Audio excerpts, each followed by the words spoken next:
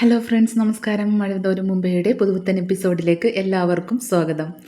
അപ്പോൾ ഇന്ന് എല്ലാവർക്കും റിപ്പബ്ലിക് ദിനാശംസകൾ നേർന്നുകൊണ്ട് നമ്മൾക്ക് വീഡിയോയിലേക്ക് കടന്നാലോ? വീഡിയോയിലേക്ക് കടന്നതിന് മുമ്പ് ഒരു കാര്യം, ഈ വീഡിയോ കണ്ടിഷ്ടപ്പെടുവാണെങ്കിൽ ലൈക്ക് ചെയ്യാനും സബ്സ്ക്രൈബ് ചെയ്ത് സപ്പോർട്ട് ചെയ്യാനും ആരും മറക്കരുത് ഫ്രണ്ട്സ്. അങ്ങനെ കൃഷ്ണ അമ്മയുടെ കയറി കണ്ട് കാര്യങ്ങളെല്ലാം ആ അമ്മയോട് സംസാരിച്ച് എല്ലാ വിശേഷങ്ങളൊക്കെ പറഞ്ഞതിന് ശേഷം കൃഷ്ണ പുറത്തേക്ക് ഇറങ്ങി വരുമ്പോൾ അവിടെ നമ്മുടെ ബാലചന്ദ്രൻ നിൽക്കുന്നുണ്ട്. മറ്റേ ഗംഗാധരൻ്റെ അടുത്ത് നിന്ന് ബില്ലുകളെല്ലാം കളക്ട് ചെയ്ത് നോക്കിയൊക്കെ നിൽക്കുകയാണ്. അപ്പോഴാണ് കൃഷ്ണ അങ്ങോട്ട് വരുന്നത്. ആ മോളെ അമ്മേനെ കണ്ടോ എന്നൊക്കെ ചോദിക്കുന്നുണ്ട് ബാലചന്ദ്രൻ. അപ്പോൾ അച്ഛൻ കണ്ടു, അച്ഛൻ കയറി കാണുന്നില്ലേ എന്ന് ചോദിക്കുന്നുണ്ട്. അങ്ങനെ ബാലചന്ദ്രനും വൈജയന്തിനെ കാണാനായിട്ട് റൂമിലേക്ക് കയറി ചെല്ലുന്നുണ്ട്. അപ്പോൾ വൈജയന്തി ഇങ്ങനെ അവിടെ മുകളിലേക്ക് നോക്കി ഇങ്ങനെ കിടക്കുന്നുണ്ട്. അപ്പോൾ ബാലചന്ദ്രൻ കയറിയിട്ട് ചെന്ന് ചോദിക്കുന്നുണ്ട്, എന്താണ് ഇവിടുത്തെ സുഖസൗകര്യങ്ങളൊക്കെ ഉണ്ടോ, വല്ല പരാതിയൊക്കെ ഉണ്ടോ, ഫുഡൊക്കെ ശരിയാണോ എന്നുള്ള രീതിയിലൊക്കെ കളിയാക്കി ചോദിക്കുന്നുണ്ട്. എന്നൊക്കെ ചോദിച്ചു കഴിയുമ്പോൾ നമ്മുടെ വൈജയന്തിക്ക് ദേഷ്യം വരുന്നുണ്ട്. വൈജയന്തി അപ്പോൾ ഇല്ല, ഒരു കുറവുമില്ല എന്നൊക്കെ ഉള്ള രീതിയിലൊക്കെ സംസാരിക്കുന്നുണ്ട്. അപ്പോൾ ബാലേന്ദ്രൻ പറയുന്നതിനാ വേഗം ഇവിടെ നിന്ന് എണീറ്റ് വാ, എന്നിട്ട് വേണമല്ലോ നമുക്ക് അടുത്ത അംഗം കുറിക്കാൻ എന്ന് ചോദിക്കുന്നുണ്ട്. അപ്പോൾ വൈജയന്തി പറയുന്നുണ്ട്, ഞാനേ എഴുന്നേറ്റ് വരുമൊന്നും വേണ്ട അടുത്ത അംഗം കുറിക്കാൻ, ഇവിടെ കിടന്നതുകൊണ്ട് തന്നെ എനിക്കത് ചെയ്യാനായിട്ട് അറിയാം എന്ന് പറയുന്നുണ്ട്. ഞാൻ ഇവിടെ നിന്ന് എന്തായാലും എഴുന്നേറ്റ് വരുന്നത് നിങ്ങളുടെ വീട്ടിലേക്കല്ല ഞാൻ വരുന്നത് എന്ന് പറയുന്നുണ്ട് വൈജയന്തി. എനിക്കറിയാം എന്താ ചെയ്യേണ്ടതെന്ന്. എന്തായാലും ഇവിടെ കിടന്നുകൊണ്ട് തന്നെ ഞാൻ വക്കീലിനോട് വരാൻ പറഞ്ഞിട്ടുണ്ട്. അപ്പോൾ വക്കീൽ നോട്ടീസ് എന്തായാലും കൈപ്പറ്റാനുള്ള മര്യാദ കാണിക്കണം എന്നെല്ലാം വൈജയന്തി പറയുന്നുണ്ട് ബാലചന്ദ്രനോട്. അപ്പോൾ ഇത് കേൾക്കുന്ന ബാലചന്ദ്രൻ പറയുന്നുണ്ട്, അതിനെന്താ, നീയപ്പോൾ ഇവിടെ നിന്ന് തന്നെ എല്ലാം തീരുമാനിക്കുകയാണല്ലേ, എന്നാൽ കാണാം. നിനക്കപ്പോൾ എത്ര മക്കളുണ്ട്, നീ എത്ര പിള്ളേരെ പ്രസവിച്ചിട്ടുണ്ട്? അപ്പോൾ ഇത് കേൾക്കുന്ന വൈജയന്തിക്ക് ഒരു എന്താ പറയുക, പെട്ടെന്ന് ഒരു ഞെട്ടൽ വരികയാണ് കേട്ടോ. എന്താ ഇങ്ങനെ ചോദിക്കുന്നതെന്നുള്ള രീതിയിൽ. അപ്പോൾ വൈജയന്തി പറയാണ്, എനിക്ക് 3 മക്കളാണെന്ന് പറയാണ്. അപ്പോൾ ബാലേന്ദ്രൻ ചോദിക്കുന്നുണ്ട്, അത് കല്യാണം കഴിഞ്ഞല്ലേ, അതിനു മുമ്പ് എത്ര പേരുണ്ട് എന്ന് ചോദിക്കുന്നുണ്ട്. അപ്പോൾ ഇത് കേൾക്കുന്ന വൈജയന്തിക്ക് ആകെ ദേഷ്യം വരാണ് കേട്ടോ. അപ്പോൾ വൈജയന്തി പറയാണ്, ഞാനാകെ 3 പിള്ളേരെ പ്രസവിച്ചിട്ടുള്ളൂ, കല്യാണത്തിന് മുമ്പ് പ്രസവിച്ച് അവിടെ കൊണ്ടു നിർത്തിയിട്ടുണ്ടല്ലോ ഒരുവളെ, അത് നിങ്ങളല്ലേ, അത് ഞാനല്ല എന്നെല്ലാം പറയുന്നുണ്ട് വൈജയന്തി.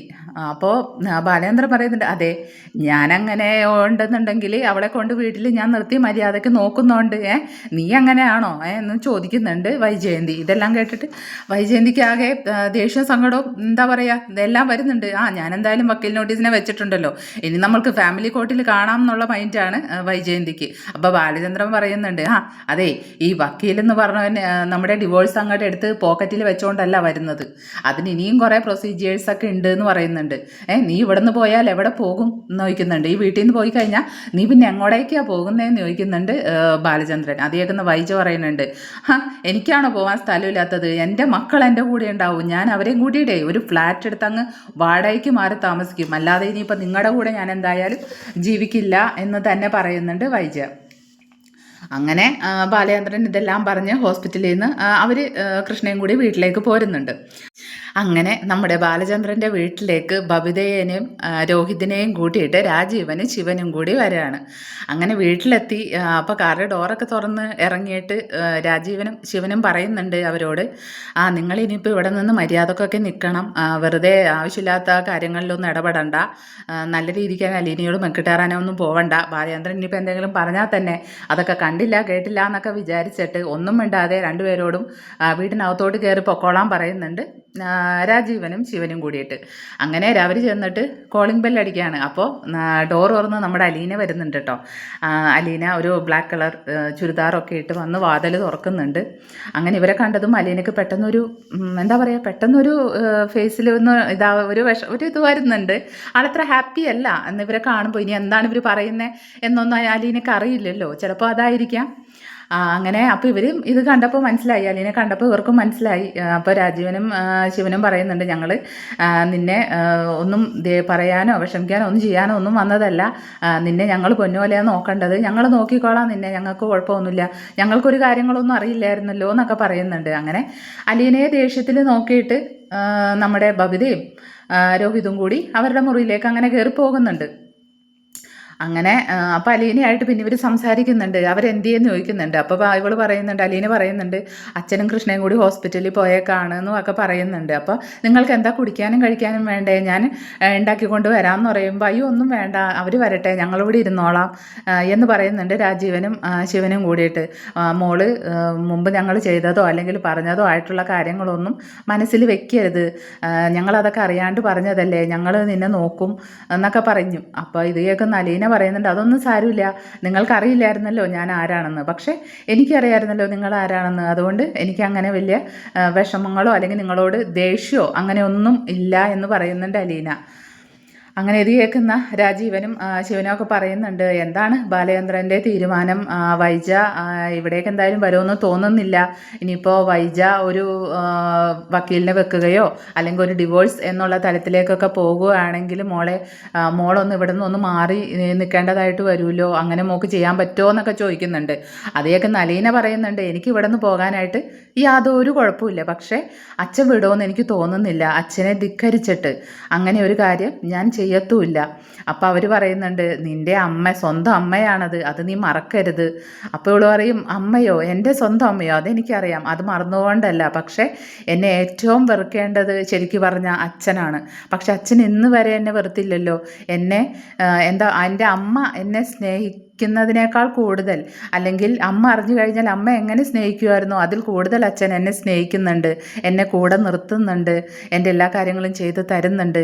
അപ്പോൾ അങ്ങനെയുള്ള ആ അച്ഛനെ ഉപേക്ഷിച്ചിട്ട് ഞാൻ എങ്ങനെയാണ് ഇവിടെ നിന്ന് പോകുന്നത്, ആ അച്ഛൻ അതൊരു വിഷമാവത്തില്ലേ, അല്ലെങ്കിൽ ഞാൻ കൊടുക്കുന്ന ഏറ്റവും വലിയ ഒരു ശിക്ഷയായി പോവില്ലേ അത് എന്നെല്ലാം ചോദിക്കുന്നുണ്ട് അലീന. അത് കേൾക്കുന്ന ശിവനും രാജീവനും അപ്പോൾ പറയുന്നുണ്ട്, ബാലചന്ദ്രൻ ഇപ്പോൾ വൈജയൻ എന്താ പറയുക, ചത്ത എലീനെയൊക്കെ ഇട്ട് വെറുതെ തട്ടി നമ്മൾ കളിക്കത്തില്ലേ, പൂച്ചയൊക്കെ അങ്ങോട്ടും ഇങ്ങോട്ടൊക്കെ തട്ടി കളിക്കില്ലേ, ആ ഒരു ലാഘവത്തോടെയാണ് ഇപ്പോൾ കാര്യങ്ങൾ ചെയ്യുന്നത് എന്നൊക്കെ പറയും. അപ്പോൾ അത് കേൾക്കുന്ന അലീനക്ക് ഇഷ്ടാവില്ല, അച്ഛനെ പറയുന്നത് അവൾക്ക് എന്തായാലും പിടിക്കില്ല. അപ്പോൾ അലീന ഇങ്ങനെയൊക്കെ പറയുന്നുണ്ട്. അപ്പോൾ ഈ സമയത്താണ് നമ്മുടെ കൃഷ്ണയും ബാലചന്ദ്രനും കൂടി വീട്ടിലേക്ക് എത്തുന്നുണ്ട്. അപ്പോൾ അലീന ചെന്ന് ചോദിക്കുമ്പോൾ എന്താണ് വണ്ടിയൊക്കെ കിടക്കുന്നുണ്ടല്ലോ, അവിടെ നിന്ന് ആൾക്കാരൊക്കെ എത്തിയല്ലേ എന്ന് ചോദിക്കുന്നുണ്ട്. അപ്പോൾ പറയും, വന്നു, ബബിതയും രോഹിതമൊക്കെ എത്തിയിട്ടുണ്ട് എന്ന് പറയുമ്പോൾ ബാലചന്ദ്രൻ ചോദിക്കുന്നുണ്ട്, അവിടുത്തെ പൊറുതിയൊക്കെ ഇത്ര വേഗം അങ്ങോട്ട് അവസാനിപ്പിച്ചോ, കമലയിടത്തേക്ക് ഒരു ചാൻസ് പോലും അവർ കൊടുത്തില്ലല്ലോ എന്നൊക്കെ ചോദിച്ചുകൊണ്ടും ബാലചന്ദ്രൻ അകത്തേക്ക് കയറി വരും. അപ്പോൾ അലീന പറയുന്നുണ്ട്, അച്ഛാ ഒന്നും പറയാനൊന്നും നിൽക്കണ്ട കേട്ടോ അവരെന്ന് പറയുന്നുണ്ട്. അത് കഴിഞ്ഞ് അകത്തേക്ക് വന്നു കഴിയുമ്പോൾ രാജീവനും നമ്മുടെ ശിവനും നല്ല ചുട്ട മറുപടികളൊക്കെ തന്നെയാണ് ബാലചന്ദ്രൻ കൊടുക്കുന്നത് കേട്ടോ. അവരെ നല്ലോണം കളിയാക്കി നല്ല നല്ല വാക്കുകളൊക്കെയാണ് അവരെ പറഞ്ഞ് കേൾപ്പിക്കുന്നത് ബാലചന്ദ്രൻ. അവിടെ പറയുന്നുണ്ട്, ഇത് ആ ബില്ലൊക്കെ അങ്ങോട്ട് എടുത്തു വെച്ചിട്ട് അങ്ങോട്ട് കൊടുക്കും, ഇത് ഇത്രയും നാളും ഹോസ്പിറ്റലിൽ ഞാൻ ചിലവാക്കിയ ബില്ലാണ്, 8 ലക്ഷത്തി ചില്ലാനൊക്കെ വരും, ഒരു 8 ലക്ഷം അടുക്കേ വരും, ഇനിയിപ്പോൾ ആ ചില്ലാനും പോയാലും ശരി എനിക്ക് ഈ പൈസ കിട്ടണം എന്ന് പറയുന്നുണ്ട്, നിങ്ങളുടെ പെങ്ങളെ നോക്കിയ ബില്ലാണെന്ന് പറയുന്നുണ്ട്. അപ്പോൾ അവർ ചോദിക്കും, അതെന്തിനാ ഞങ്ങളോട് പറയുന്നത്, ഞങ്ങൾ എന്തിനാ അത് തരുന്നേ, നിൻ്റെ വൈഫല്ലേ അത് എന്ന് ചോദിക്കുന്നുണ്ട്. അപ്പോൾ പറയും, എൻ്റെ വൈഫ് ആയിരുന്നു, പക്ഷേ അന്ന് അവൾ രാത്രി ഇവിടെ നിന്ന് 1 മണിക്ക് ഇറങ്ങി പോകുമ്പോൾ ഞാൻ അവളുടെ ഭർത്താവല്ലെന്നും ഇനി യാതൊരു ബന്ധവും ഇല്ലെന്നും പറഞ്ഞ് എന്നെ ഉപേക്ഷിച്ചാണ് അവൾ ഇവിടെ നിന്ന് പോയത്. അതുമാത്രമല്ല, ഈ സംഭവം നടക്കുന്നത്, ആക്സിഡൻറ്റ് നടക്കുന്നത് നിങ്ങളുടെ വീടിൻ്റെ പരിധിയിൽ വെച്ചിട്ടാണ്.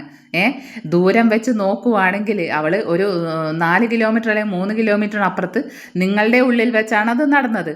അതുകൊണ്ട് തന്നെ എനിക്കിതിൽ യാതൊരു പങ്കുമില്ല, എനിക്ക് അവളെ നോക്കേണ്ടതായിട്ടുള്ള യാതൊരു ആവശ്യവും ഇല്ല. പിന്നെ വേറൊരു കാര്യം, ഇനി അവളെങ്ങാൻ ഹോസ്പിറ്റലിൽ നിന്ന് ഡിസ്ചാർജ് ചെയ്ത് എൻ്റെ വീട്ടിലേക്കാണ് അവൾ വരുന്നതെങ്കിൽ നിങ്ങൾക്ക് ഞാൻ ഈ പൈസ അങ്ങോട്ട് തിരിച്ചു തന്നേക്കാം. ഇനിയിപ്പോൾ അതല്ല, അവൾ നേരെ ഇവിടെയല്ല, ഇവിടെ വരാതെ അവൾ നേരെ കോർട്ടിൽ ഒരു വക്കീലിനെ വെച്ച് ഡിവോഴ്സിനാണ് പോകുന്നതെങ്കിൽ പിന്നെ ഈ ബാലചന്ദ്രന് അവളുമായിട്ട് യാതൊരു ബന്ധവുമില്ല. അപ്പോൾ അവൾ നിങ്ങളുടെ പെങ്ങൾ മാത്രമാണ്. അതുകൊണ്ട് നിങ്ങൾ എന്ത് വേണം, എനിക്ക് ഈ ബില്ല് തരണം, പിന്നെ ഇത് തരുകയോ തരാതിരിക്കുകയോ അതൊക്കെ നിങ്ങളുടെ ഇഷ്ടം എന്ന് പറഞ്ഞിട്ട് ആ ബില്ല് അവരെ കൊടുത്ത് ഏൽപ്പിക്കുന്നുണ്ട്. അപ്പം അത് കേൾക്കുന്ന അവർ പറയുന്നുണ്ട്, എന്നാൽ ശരി, നീ എന്തൊക്കെയായി പറയുന്നത് ബാലചന്ദ്ര എന്നൊക്കെ ചോദിച്ചിട്ടൊന്നും ബാലചന്ദ്രൻ ഈ പറയുന്ന കാര്യങ്ങളൊക്കെ കേട്ടിട്ട് ഇവർക്ക് വലിയ മറുപടികളൊന്നുമില്ല. കാരണം തെറ്റ് ഇവരുടെ ഭാഗത്ത് തന്നെയാണല്ലോ, ഇവരുടെ പെങ്ങളുടെ ഭാഗത്താണ് മുഴുവനും തെറ്റും. അപ്പോൾ പിന്നെ ഇവർക്ക് അതൊന്നും കേട്ട് ഇരിക്കാതെ വേറെ നിവർത്തിയില്ല. അങ്ങനെ ഇതെല്ലാം കഴിഞ്ഞ് അവർ അവിടെ നിന്ന് പോരുന്നുണ്ട്.